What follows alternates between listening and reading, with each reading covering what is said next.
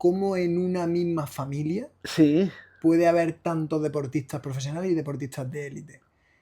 A una persona que quiera ser deportista, que quiera llegar a la élite del deporte, ¿hay algo que tú le dirías? Oye, no falles aquí, tío. Haz esto. esto es una lotería, o sea, Sí, ¿no? Pues sí, vaya, hay que saberlo. esto es una lotería. En nuestro caso, además, hay, bueno, mis tíos, es que el Paco Gento, que jugó 18 temporadas en el Madrid, ahora hay otros que tienen 6 Copas de Europa, pero como digo yo, no, o sea, los pioneros, lo No que era el hacía, pionero, ¿no? pero Paco Gento sigue siendo el único que tiene 12 ligas ganadas y el único que ha jugado 8 finales Copas de Europa. Pero tampoco se mide, que esto es que se hace mucho ahora, medir la calidad o la validez de una persona o de un deportista por las marcas que tiene o los títulos que ha conseguido. No sé, se me ocurre ahora, este es un ejemplo que voy a poner. Dick Fosbury, que tú no sabrás quién es. No, la verdad es que no.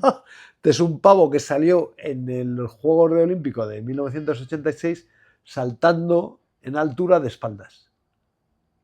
Ah, pues lo he leído, lo he Que visto. Y todo, fue el primero. que todo el mundo se reía de él, diciendo, Correcto. ¿dónde va este saltando de espaldas? Pues campeón olímpico, y el estilo que se llevaba entonces, que era el que saltaba todo el mundo, que se llamaba rodillo ventral, que se saltaba de cara al listón y, bueno, levantando una rodilla ahí, pasaban así como...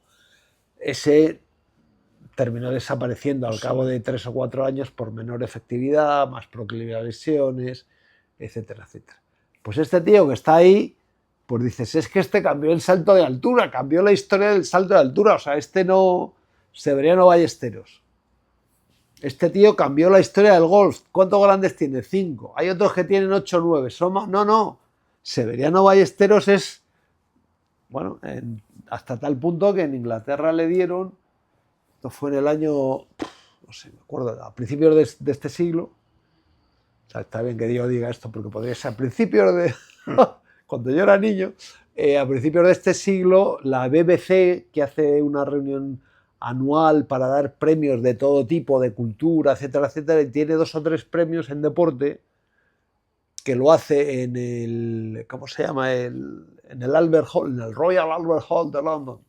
Hacen la ceremonia y tal, igual. Uno de los 2 o 3 premios de deporte que dieron, el deportista que más había influido en un deporte en el siglo XX. Severiano Ballesteros. Casi Y no. todos los grandes del golf, pam, pam, pam. Una locura. Que aquí en España nos enteramos poco de estas cosas, pero el pobre Severiano, que en paz descanse, que era buen, bueno, no se voy a decir amigo, pero buen conocido, que era vecino de Paco Gento, nació en Guarnizo, y Severiano Ballesteros nació en Pedreña. Están en línea recta, debe haber 5 o 6 kilómetros. Vale, al lado. No hay más, están al lado. Y además tenían un carácter parecido. Sí, de esta gente que ha sido tan buena, tienen algo así, la competitividad, tienen ahí una... Bueno, ¿y qué diría yo? Primero, si quieres ser deportista de élite, no te obsesiones con ser deportista de élite. Vale. Porque es muy difícil, porque llegan unos pocos. Hombre, si quieres ser deportista profesional, vale, ahí llega más, pero siguen llegando muy pocos. Entonces, no te obsesiones. Consejos, haz otra cosa además de ser deportista. Estudia. Esto te va a liberar la mente, te va a hacer... Rodri, por ejemplo, está estudiando ahora, porque el que es Sí, sí, sí. el del City, vale. Y su familia, las conozco yo a los padres, son 2 personas muy cabales, muy formados, muy educados, como es él, que yo le vi en el hormiguero hace 3 meses y digo, jo, este tío tiene 28 años y parece un tío de mi edad, o sea, porque yo veo a la gente y tal, y digo, ostras, qué madurez, ¿no? Entonces, haz otras cosas, porque el estudiar te va a ayudar a ser más inteligente, que también te vale para jugar a lo que sea, y te va a dar te va a valer para la vida después, pero te va a dar mucha tranquilidad porque tienes más cosas importantes en la vida que el deporte. Sí. Entonces vas repartiendo toda la responsabilidad que te pueda recaer por lo que quieras ser, por esa parte de tu obsesión se reparte también en otras actividades. Y luego otra recomendación que diría sería márcate una serie de virtudes que quieras tener, de valores, llámalo como quieres. Me gusta pasar a mí lo de virtudes.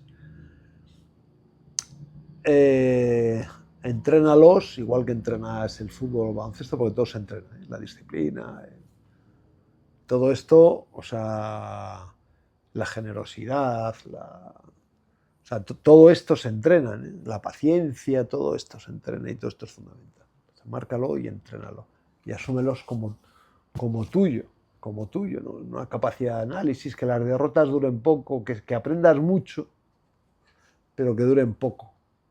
O sea, que no te dejen, siempre te van a dejar ahí siempre te dejan, ¿eh? O sea, hoy yo qué sé, pues bueno, 50 no, pero vamos, bueno, casi sí, ¿eh? Porque algunas derrotas de cuando eras juvenil o tal, pero se te quedan ahí y la herida se cierra, pero se queda una cicatriz ahí y... Que no se borra. Sí, no duele, pero traía un cosquillo, me cago en la mar aquel día si hubiera hecho esto. Si hubiera hecho esto y si hubiera... Pero bueno, eso ya es meramente anecdótico. Llama mucho la atención que diga que hagan otras cosas, cuando el mensaje que se escucha por ahí es foco. ¿Quieres ser deportista de élite? Foco con eso, no hagas otra cosa. No, no, eso es absurdo. Es absurdo. Otra cosa es que cuando cuando quieras ser, o cuando te metas a los entrenamientos o lo que sea, te enfoques con eso. O sea, a ver, quiero decir, ¿cuánto puede entrenar un chico de 15 o 16 años? 3 horas al día, 4 horas al día. ¿Qué va a hacer el resto del día? ¿Jugar a la Play? No, joder, vete al colegio, vete a la universidad, estudia, vete con los amigos. Sí, una buena dieta, descansa, luego hablamos de esto, ¿no? Sí, por supuesto. Dieta, descansa, no sé qué. Todo esto es fundamental. O sea, si quieres ser deportista de élite, tienes que ser como un monje. Como un monje. ¿Sí? Y esos son los principios. Pero eso no quiere decir que estés metido todo el día en el convento. Porque, bueno, hay cosas fuera. Sí, porque no has hecho ese compromiso con la religión. No con la religión, sí, con la religión sí, pero no has hecho el compromiso. Los que están en el convento marcan compromisos además de con la religión. O sea, estos tienen compromisos propios. Los monjes que están en los monasterios, ¿no? Las órdenes religiosas, cada una tiene una serie de compromisos. Y los que viven en los monasterios y viven ahí, pues adquieren una serie de compromisos, pero no es el deporte, porque el deporte no lo juegas en un monasterio. El deporte juegas hoy aquí, mañana juegas en Cincinnati, pasado mañana juegas en Hong Kong.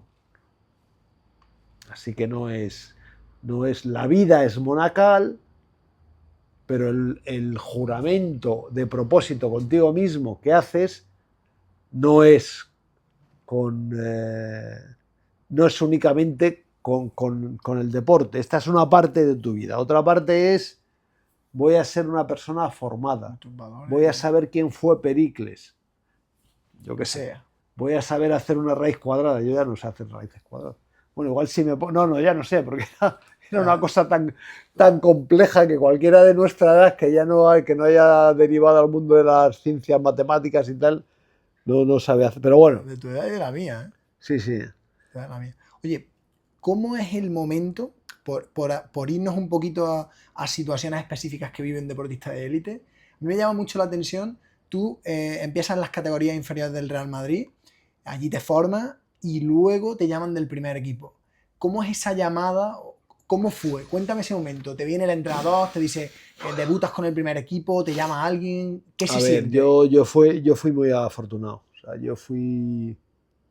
llegué en el momento en el que una gran generación, bueno, o por lo menos sí, podemos decir un grupo de jugadores, de grandes jugadores, aunque algunos no eran exactamente la misma generación, declinaba y nosotros encontramos un hueco. No. Cuando digo nosotros, digo la generación de 1959, 58, 60, que era Fernando Romay, era Epi, López Iturriaga, bueno, estaba Fernando Arcega de Zaragoza también, Nacho Solozábal, que estábamos ahí un grupillo ahí.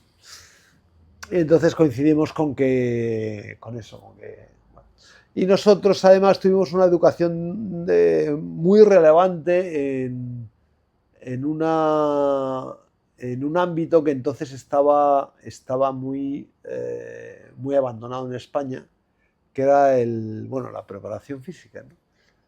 En la selección junior de baloncesto había un preparador, Bernardino Lombao, que este se hizo famoso por ser luego el entrenador de Aznar y salía haciendo el pino en la boda de la hija y eso. Que era un tío, murió hace un par de años. Era un tío fantástico, fantástico, era un entrenador maravilloso. O sea, era un enorme motivador físico, ¿eh? Y además sabía muchísimo, él había sido atleta, había sido saltador de longitud y ballista, sobre todo, había sido sobre todo ballista. Y tenía un gran conocimiento de la preparación física, porque él había nacido en un foco aquí junto a un maestro del que salieron los grandes entrenadores de atletismo de aquellos años, que luego el entrenador del Real Madrid salió de ese grupito también, Paco López, que todavía tiene un atleta, Arturo Ortiz, que tiene un récord de España de altura. Fíjate que antes hablado 2,34, desde el año 91 me parece que tiene el récord de España, 93, no me acuerdo. Y bueno, pues este señor que empezó a entrenar a la selección junior de baloncesto, y ahí fueron los primeros que se pusieron ahí unas semillas, pero aquí en Madrid enseguida otros clubes lo imitaron. Y el Real Madrid tuvo la feliz idea de fichar a Paco López también, y entonces abrir así una continuación. De tal forma que esto nos permitió competir con la Unión Soviética. Éramos más bajitos, pero bueno, estábamos como